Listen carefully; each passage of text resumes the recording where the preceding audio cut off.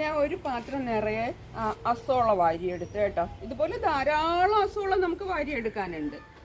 അതിനൊരു പാത്രത്തിലോട്ട് ഇട്ടിട്ട് ഞാൻ രാവിലെ നമ്മുടെ കോഴിക്ക് കൊടുക്കാനുള്ള തീറ്റയാണ് ഉണ്ടാക്കുന്നത്. ഇത് കണ്ടോ, ഇത് നമ്മുടെ റേഷൻ കടയിൽ നമ്മൾ റേഷൻ വാങ്ങിക്കുന്ന കടയിൽ ചോദിച്ചു കഴിഞ്ഞാൽ അവർ വേസ്റ്റായിട്ട് വരുന്ന അരിയും ഗോതമ്പും എല്ലാം കൂടെ മിക്സ് ആയിട്ടുള്ളത് നമുക്ക് തരുവേ. വില കുറച്ച് നമുക്ക് കിട്ടും. അപ്പം അങ്ങനെ ഞാൻ വാങ്ങിയതാണിത്. അപ്പം അതിൻ്റെ കുറച്ചെടുത്ത് ഇന്നലെ വെള്ളത്തിലിട്ട് വെച്ചിട്ടുണ്ടായിരുന്നു. അതിപ്പോൾ നല്ലതുപോലെ കുതിർന്നിട്ടുണ്ട്. ഞാൻ ഇത് രണ്ടും കൂടെ മിക്സ് ചെയ്യും.